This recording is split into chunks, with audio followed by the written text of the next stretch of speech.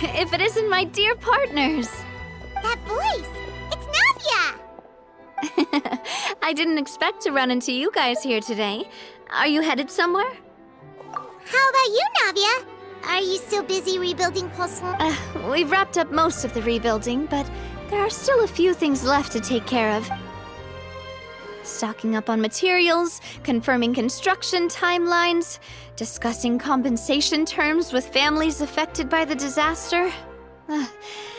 Between all of that, I've been making a lot of trips between the court and Poisson.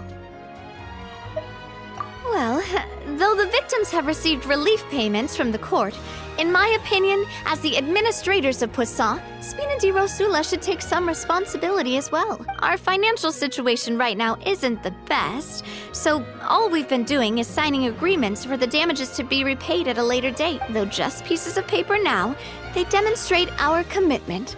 They're necessary to restore the people's faith in us. Oh, spoken like a true president. You're a really responsible leader. That must be taking up most of your time, though, right? Oh, you bet. Between that and all the other errands I have to run at the court, I'm always forgetting one thing or another.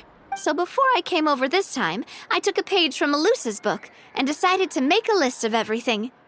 This way, it's easy to see which tasks you haven't checked off. And then, since Melus loved using shorthand, I decided to also follow his example and come up with some shorthand of my own. But after running a few errands in the city, I'm kind of struggling to even read my own handwriting anymore. That does sound like you, all right. So what kind of shorthand did you use? Oh, want to take a look? Let Paimon see. Wait. There's nothing here but a bunch of weird symbols. This looks like a piece of kelp wrapped around a stick. And this other one, is it supposed to be a boar in a box? The first one has to do with confirming the final payment amount for the fishermen, while the second one is a reminder to try the new burger that just hit the market. Okay, Paimon can definitely see how you might forget what each of these mean. Thank you for your advice. These are the kinds of things you only really figure out once you've tried them out yourself. I thought that as long as I understood my shorthand when I came up with it, I'd be sure to remember the symbols when I looked at them later. Unfortunately, I've definitely proven myself wrong. Well, now you know for next time. Anyway, I should have already taken care of most of the things on the list. There are still a few symbols that I can't decipher, but I don't think they're anything too super important. Worst comes to worst, I'll just make another trip. So you're going to head back now? Yep, that's the plan. Oh, actually, since we talked about the reconstruction earlier, want to come with me and check out the town for yourself? You said you don't have any plans, right? So we can just catch a boat and head over. It won't take long at all. It's a bit sudden, but Paimon doesn't see why not. What do you think, Traveler? Then let's go. We'll take a boat over. Oh, you mean the aquabus, right? Like the Clementine line? Oh, sorry. I meant our own boat. The aquabus doesn't have a station near Poisson, so we'll use one of the Spina's boats. All right, follow me. I'll take you there.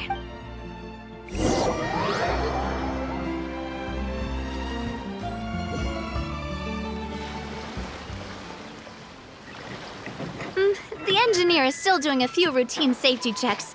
We can head out as soon as we get the green light. So, Paimon has always wanted to ask. The 3 aquabus lines are all named after people in your family, right? Yeah, that's right. Callus and Navia are self-explanatory, while Clementine was the name that my mother went by. If you provided the Mora to build the lines, then why isn't there even a dedicated line to Poisson? Spina di Rosula built all the lines, yet you still have to take a special boat just to go home. Paimon doesn't get it.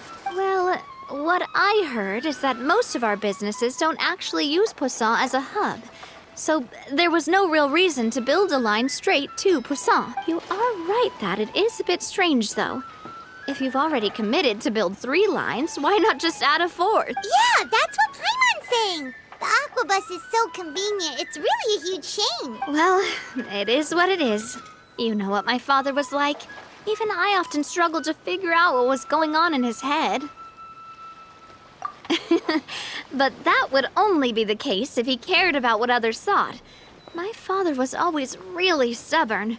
Once he made up his mind, good luck getting him to change it. From what I've heard, the rights of all the other members of the Spina only went as far as giving him advice or suggestions, and no farther. That included my mother, too. Huh. Well, that explains why you weren't on the greatest of terms with him. Yeah, because I wouldn't just let him keep getting his way. He was just... not very agreeable. Boss, the boat's ready. We can head out. All right, then let's head out.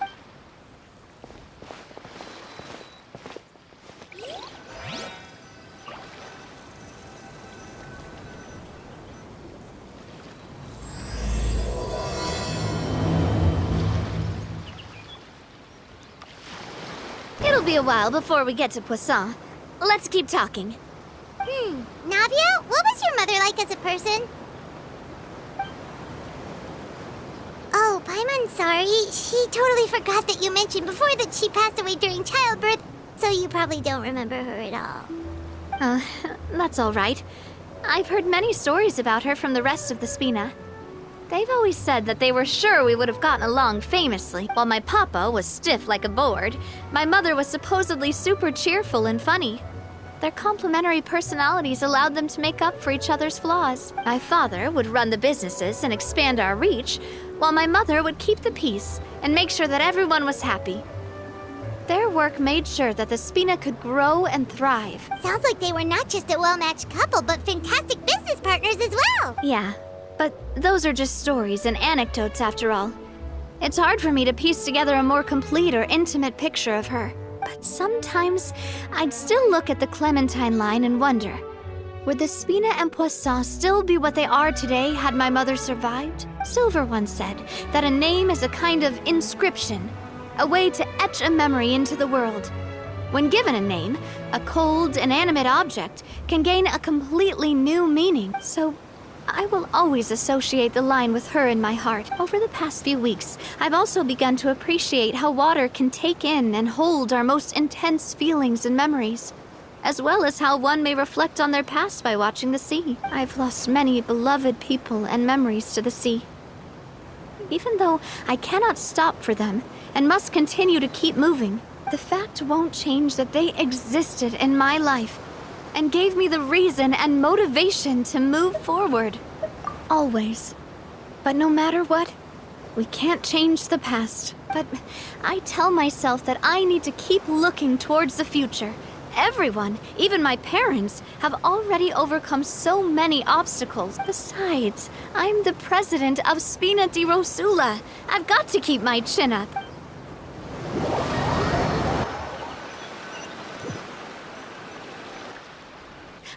We've reached the shore. Let's go. I'll show you the new Poisson.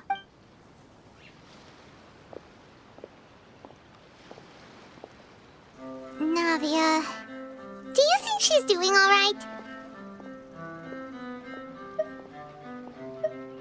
Okay, Paimon supposes you're right.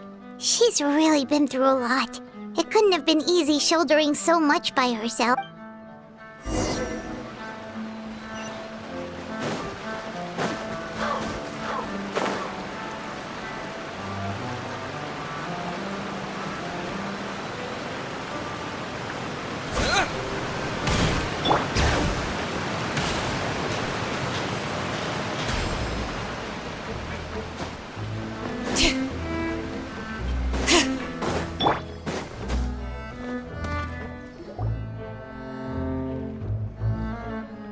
Boss, you're back! Traveler and Paimon, welcome back to Poisson. Oh, hey! Fancy seeing you again, Florent. Is it your turn to take care of Navia now? Hey, I can totally take care of myself. For the time being, I'll go around without any attendant. We did hand over some of Malus's old responsibilities to Florent, though.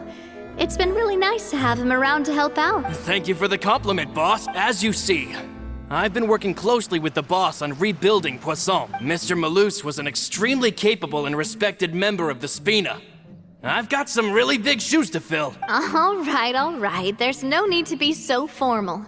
Everyone's practically old friends by now. Were you waiting here for me? Did we manage to make any progress on the statue? Yeah, we contacted a sculptor about the job. But they can't get started on sourcing a correctly sized block without knowing the design that we want to use for. You're commissioning a statue? So basically, we've been meaning to commission a statue of my parents in commemoration of everything they've done for the Spina and the town of Poisson. But since my father was known as callously unfaithful for the longest time, it would have been too controversial to commission a statue of him. But now that his name has been cleared, and the town is also being rebuilt, I thought this would be the perfect chance to actually realize this dream. The funds to build the statue were freely donated by the people of Poisson to show their appreciation for Miss Clementine and Mr. Callis and everything they did. Me? I'm just the newbie president that's running around and causing everyone trouble. Maybe we can have this conversation again in a few decades, once I've done more for the town and the people. Hey, there's no need to be so humble. Didn't you just help save the entire country? I agree wholeheartedly. I also believe that Boss should have a place on the statue. Hey, if you keep inflating my ego like this, I might just float off into the sky with my parasol. Just kidding. There's no way that I'd accept that kind of compliment at face value. At a minimum, I'd have to match what my father did for the people. Thanks for the vote of confidence. I just don't think I'm ready yet. Anyway, Florent, now it's up to us to confirm the final design, right? We can ask the sculptor to start looking for a good block once we've decided on the poses for Miss Clementine and Mr. Callis. But we haven't had any real discussions yet on the possible designs. I feel like I should get a few promising designs first, and then send them over to you to review. There's no need for all that. Let's decide on a design right now. Hey, you! Come over here with me.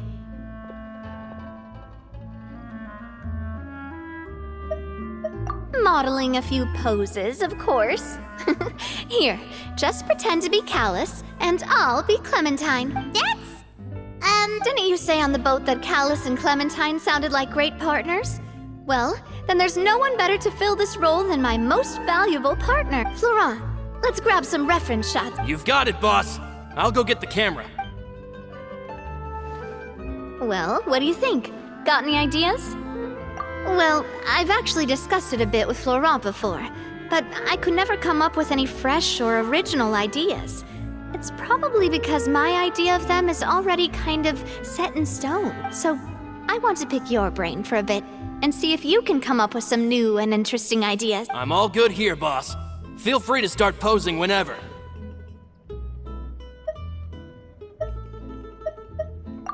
Imposing, huh? Oh, I've got it. Let's try this. This pose! It makes me recall Spina di Rosula's glorious golden age. But isn't Clementine's pose a bit too bold and heroic? Was she really that kind of person? If we were to stick with this pose, maybe people would wonder if she was actually the real boss behind the scenes. Well, tabloids did indeed speculate as much back in the day, but the Spina pulled a few strings and made both the report and the journalist disappear. Oh, Paimon was just kidding! Please don't make Paimon disappear. What Florent meant was that we asked the journalist to choose a new alias. You're right, though, that this may not accurately represent the image of her in our hearts. Let's try to come up with something else. By that, do you mean as if we were standing on a boat and looking out at the sea? Sure, let's give that a try. Whoa, you really remind Paimon of a captain and their first mate. Look over there, my dear Clementine. As you can see, every tree on that island is dripping with mora fruit. But there's something off with the composition. This pose makes Mr. Callis look too tall next to the lady. Oh, I see what you mean. Then let's swap. Well, Paimon is a fan. A statue like this would look fantastic on a boat. Wait, but we can't do that. Very few people would see the statue if we were to put it on a boat. This statue is meant to be placed in the town. But then, since we're putting it in the town, the whole point of the pose would be lost. Oh, okay. We'll try to think of something else. A happy pose? You mean something like we were laughing together at a funny joke?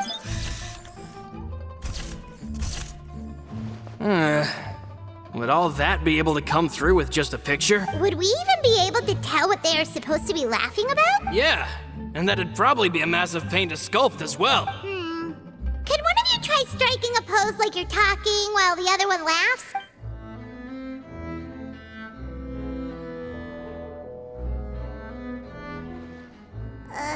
That actually sounds pretty hard to pull off. Forget it, let's try something else.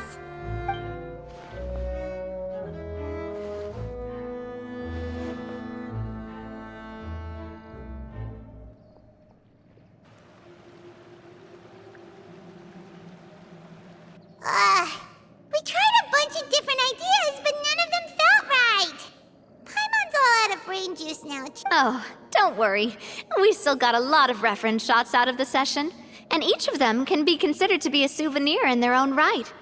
Let's just keep the ideas we tried as backup. Man, if I knew I was going to do a photo shoot with the Traveler, I would have prepared a lot of outfits and props ahead of time. Oh, outfits! Oh, that's the errand I forgot back in the city. Do either of you still remember that girl? The girl I went to see with you two. Her name is Adele. Oh, Paimon remembers her. She was the one that we met while investigating Mr. Callus's case, right?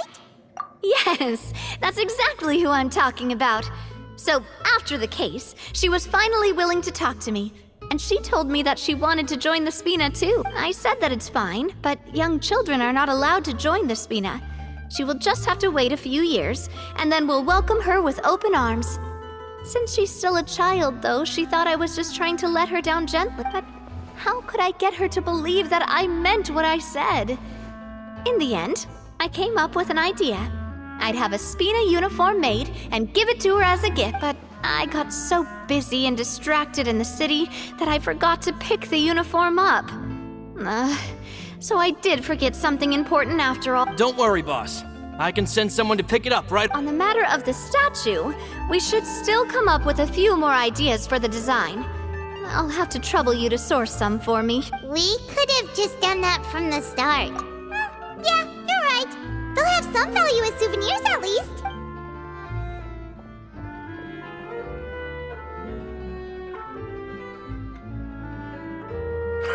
Navia! Florent, guess who's back? Huh? But aren't you supposed to... Oh, well, if it isn't Coulter. Back already from the Fortress of Meripede? That's right. I finally finished serving my time. Gotta say, turns out I was a lot tougher than I thought. After I got out, I immediately made a beeline back to Poisson. You could say that familiar, briny smell became a primal call, urging me to forget everything else and just come back home. You wouldn't believe how much I've missed Melissa's grilled fish. I dreamed about it every time I had to get a welfare meal down there underneath the sea. It's good to have you back, Coulter. You look as well as ever. And this guy is? Let me introduce you. This is Coulter, another of Spina di Rosula's members.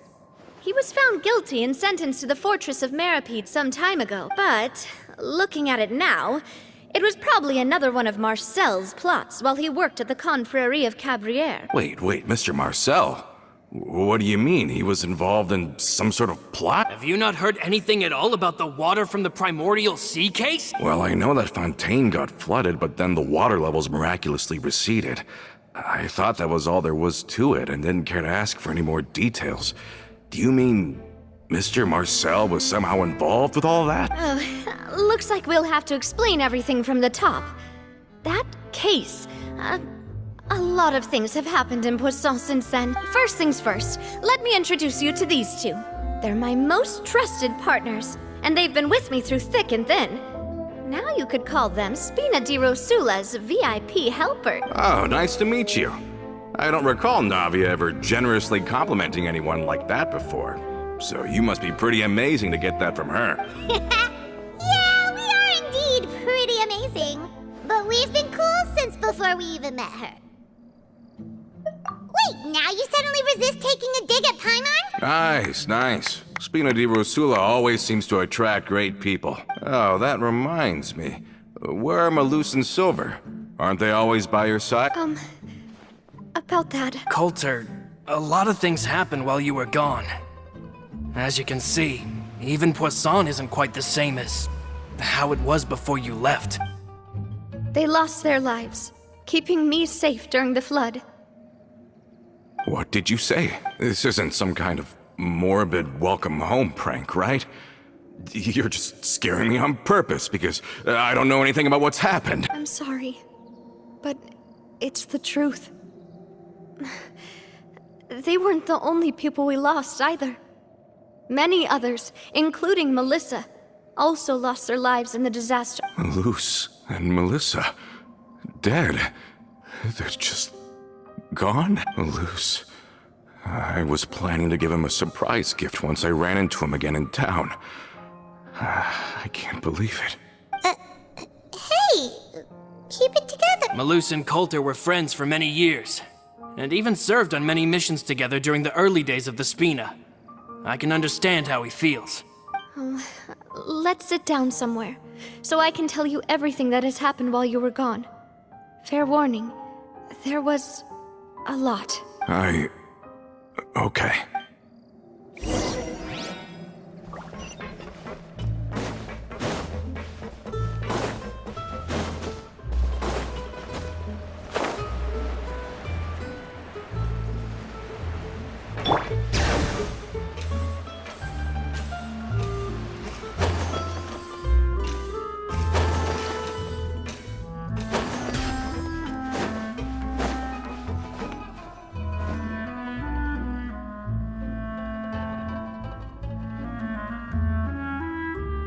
All of this, it's unbelievable. I can't believe that those stories were real. It all really happened. Has the world gone mad? I think you and I both feel the same way about the profound tragedy of Melusa's loss. And the sheer depravity of Marcel's actions. I thought Mr. Marcel would always stand by the Spina. Everything he had, the Spina gave to him. It's unconscionable to have received all that, and yet still plot to kidnap and dissolve you for his insane research. The good news is that the Confrérie of Cabriere is no more. Gone with them too is the entire synth manufacturing and distribution network. We finally closed the curtain on that long struggle. Are you sure? But if Marcel wanted to rebel against us, he probably sent word in secret to Romeu.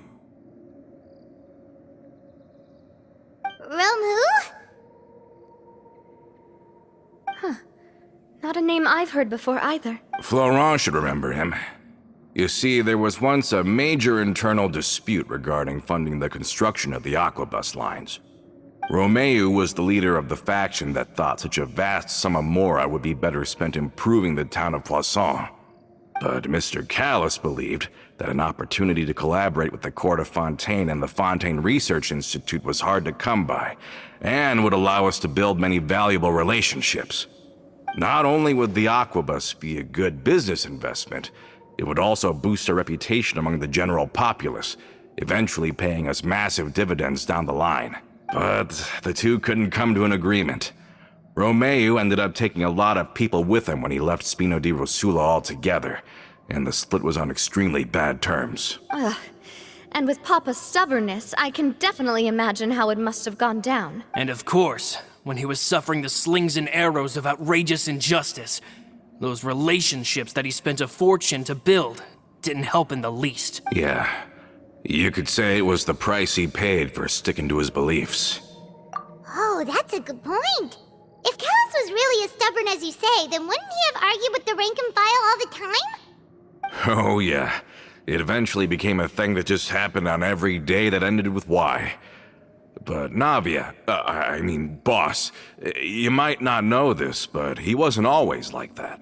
He used to be a lot better with taking counsel. With him listening to our advice, and Ms. Clementine also frequently on our side, It was pretty smooth sailing for a good many years. But on the matter of the Aquabus, even Ms. Clementine completely stood by Mr. Callus's side. I never knew. But from my perspective, Romeo's position had a lot going for it. Couldn't they have sat down and talked it out? I think the Aquabus was just the straw that broke the camel's back. On that topic, they eventually came to a rather radical conclusion. They believed that Miss Clementine lost her ability to serve as an impartial mediator when she became pregnant with Callus's child. So they thought she had betrayed them? But that doesn't make any sense. Before she was their mediator, my mother was also her own person, and a member of the Spina. She should have the right to take any side she wished. Yeah, but to them, even taking a side was betrayal enough. They felt like their voices could no longer be heard once their sole mediator had gone over to the other side. Of course, Ms. Clementine then passed away, and Mr. Callus began to regard the completion of the Aquabus project as her final wish. With that, the last hope of reconciliation was gone. So that's what happened. From that point on, Romeo and his people cut ties with the Spina, and never gave us any kind of professional or personal courtesy ever again. Perhaps they've regarded us as enemies ever since they left. But even so, there is still no proof that they ever acted in concert with Marcel. I've also heard that they aren't in a good financial position, so they've been lying low for a while. But as long as they exist, they'll continue to be a threat. I think Coulter's got a point. Both Marcel and Romeo had my father in their sights for a very long time. Even though Marcel's faction has been dissolved, we still don't know anything about Romeo's whereabouts. If they're still trying to get revenge on us, with how distracted and vulnerable we are, now would be the best time. Good thinking, boss. We should keep an eye on them at all times. I'll let my men know right away. Thank you for that, Florent. And Coulter, thank you for telling me about this as well. Don't worry, it's nothing. Do you have a moment right now? How about we go out for a walk? I've heard so many incredulous things today. I'm finding it a bit hard to calm down even now. I mean, to think that I'll just never see them again. In that case, why don't we go back to the court? I can pick up Adele's uniform while we're there as well. It'll save Laurent's guys a trip. Want to come with me again, you two? You don't mind, do you, Coulter? Of course. That's fine by me. Then let's go! Paimon feels like a lot's hinging on this visit. We really are the best of partners. Come on, let's go.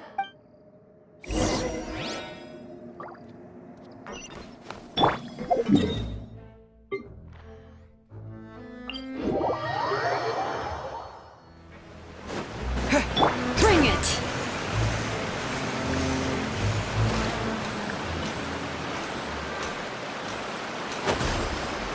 Are we not taking the boat this time?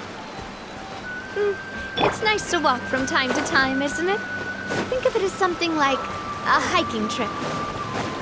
Once we're there, we can stay a few days before we return. Sounds good. I haven't walked this road in a long time.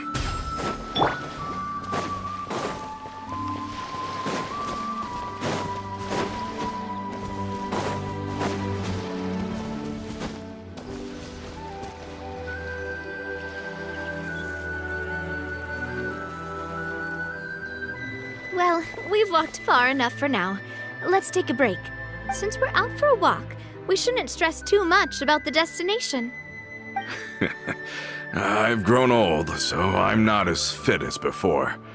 It's a good thing that at least my work down in the fortress was quite the workout. Well, Paimon thinks you're doing great. We didn't have to slow down for you at all. Back in the days before the Aquabus lines were built, we often had to hike north with our goods, then catch a boat to the court. Malus and I must have traveled this way hundreds of times. When we were tired, we would lay down for a while on the grass, and when we were hungry, we'd catch a fish or two. The Spina was still on the rise back then. Mr. Callus was generous, and everyone had the chance to strike it rich. So, of course, we all worked really hard. And now, in the blink of an eye, the Aquabus lines have been built, and this road has fallen into disuse. Oh, I know. I was just being a little nostalgic. Then let's stay here a bit longer. Anyone want snacks? Oh, is this another chance to try some of Navia's macarons? Paimon's been dreaming of them. Yep, I figured you wouldn't say no to a few more. Oh, wait. Let me check if I have all the ingredients. Maloose and Silver used to take care of tasks like this. Okay, the stove's looking good. And as for the ingredients, seems like we're all out of flour and sugar. The two most important ingredients of all. Oh, would you?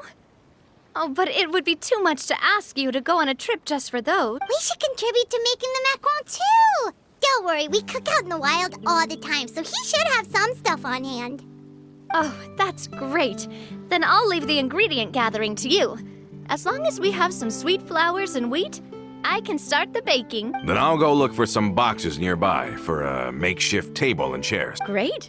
Then I'll prep the stove. Let's get to work, everyone.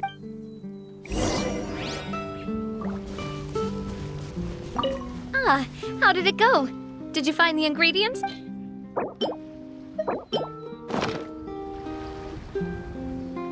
You've all done your part. Just leave the rest to me. Whoa, these macarons look and taste magnificent! Your cooking is as good as ever, Navia. Boss's baking skills have always been famous. Everyone in the Spina knows how exceptionally talented she is. Oh, it's just a hobby. There's no need to praise me for it like that. Have you two seriously never considered joining us? You're so close to the boss, and she obviously trusts you with all her heart, so... Oh, I see. Is that why you have to always stay on the road?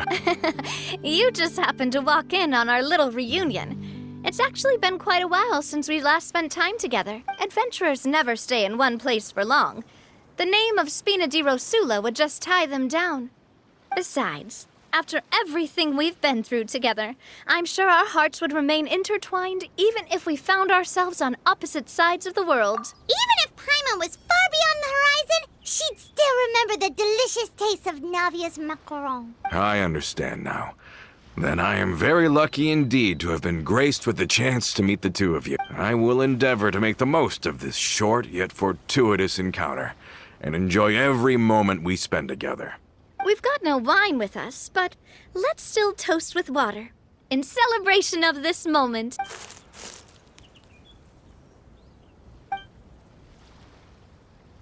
Cheers!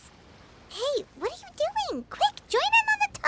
May your travels go smoothly, may the Spina continue to grow, and may our friendship last until the end of time.